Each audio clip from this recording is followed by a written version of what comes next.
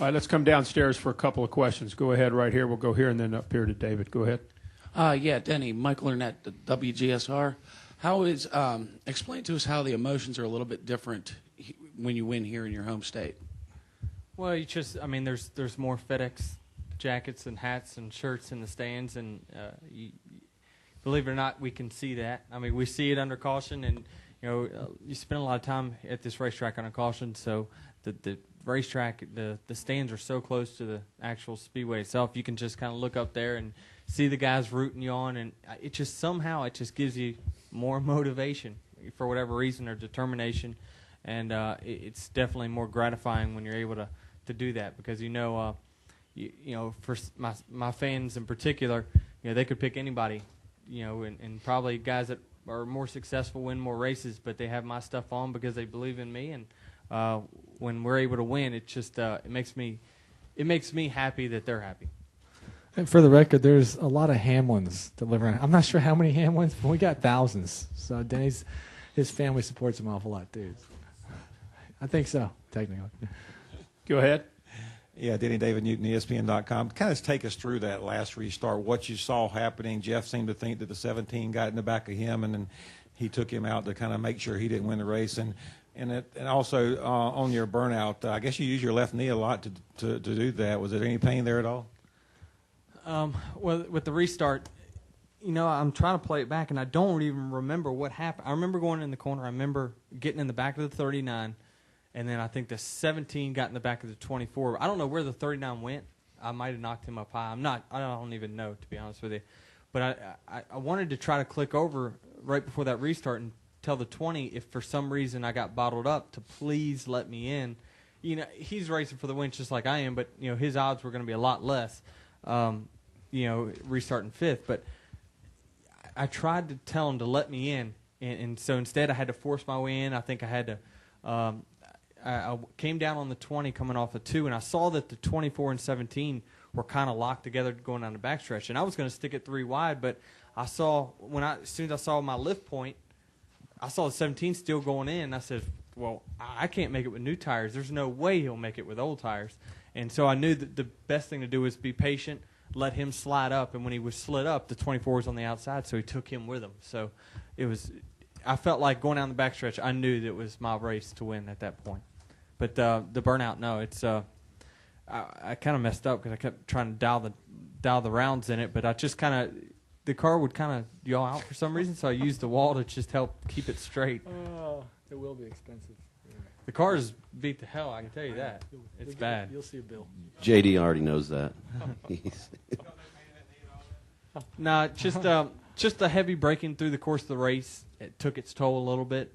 Started getting a little numb, but no, it's good. Go ahead, Joe. Joe Menzer, NASCAR.com. You guys talked about the first caution that came out, and you didn't want to see it, but what about the caution where Gordon was 100 feet really from winning the race, which was caused actually by Kyle going into the wall? I know, JD, you must have had mixed emotions at that point, but if you could all speak to your emotions at that point. I didn't know what caused it. Kyle, I was really extremely proud the way Kyle and Joey did during the course of the day.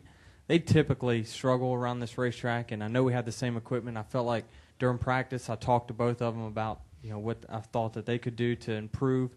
And, Kyle, at one point during that race, he was as fast as what I was. He's really made big strides at this track. Joey speaks for himself. I mean, he just keeps going forward. And I didn't know what caused that last caution, but I was definitely relieved to see it.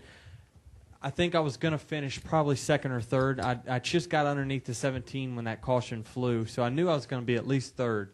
And I definitely wasn't going to catch the 24 unless the 17 got into him on the last lap, had that caution not come out. So I was relieved in one sense, but I also thought that there was a chance that we could go backwards on this restart, because being up high, the guy who's second, whoever's leading on the restart can just go up there and just slide and knock the second place guy up the racetrack, and I was going to be the guy behind him, so I felt like there was a good chance I could go backwards. So, but to me, it didn't matter if we weren't going to win this race, whether we were going to finish second or 10th. It didn't matter. I was going to have the same emotion, so I was somewhat relieved to see it.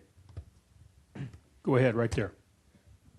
Mike, a lot of tires went down. Something we've been asking a lot of other guys as well today. Is there any explanation for that you can see, and how big of a worry was that for y'all at the end of the race?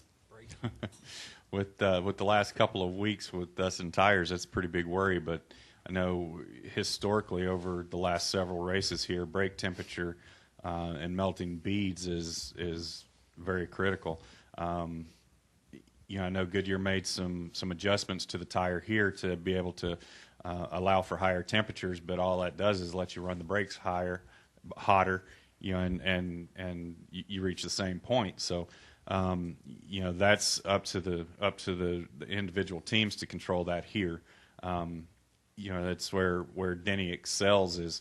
We never saw any brake temperature with him at all day long, and we keep a close eye on bead temperature to keep that from happening. So I knew where those problems were coming in. I know they're all about the same time each run that it would happen. So we keep a close eye on our temperatures, and knew that wasn't going to be a factor here for us today. Hoping it wasn't. We didn't see anything that indicated that it was. Go ahead, Bob. Bob Hocker, SceneDaily.com. Denny, the Kenseth and Gordon weren't too happy with each other afterward. What did you feel like either of them were at fault in that, or is that just racing on a green-white checkered? It's racing on a green-white checkered. One's going to try to force his way in there. One's going to try to protect his position. It's the same deal with me in the 48 here in this race last year. He moved me out of the way, but what can you do? When you're the leader, it's bad in a lot of different ways on a short track, because you're at the mercy of the guy behind you. So everyone's going to get into one another at some point. I got into probably 4 or 5 guys during the course of the day. 4 or 5 guys probably got into the back of me, but it happens. We're 43 cars on a half-mile racetrack, and then you put the checker flag right in front of us, and then old tires on top of that. Guys are not going to be able to control their cars as good as what they had all day. So that was one thing also that I thought was going to be good for us on the restarts, is that even though those guys had older tires, their tires take a while to come in. When they go cold, it's like running on ice out there on restarts with old tires. So, it's hard for me to put blame to anyone. The 17 was just trying to win the race.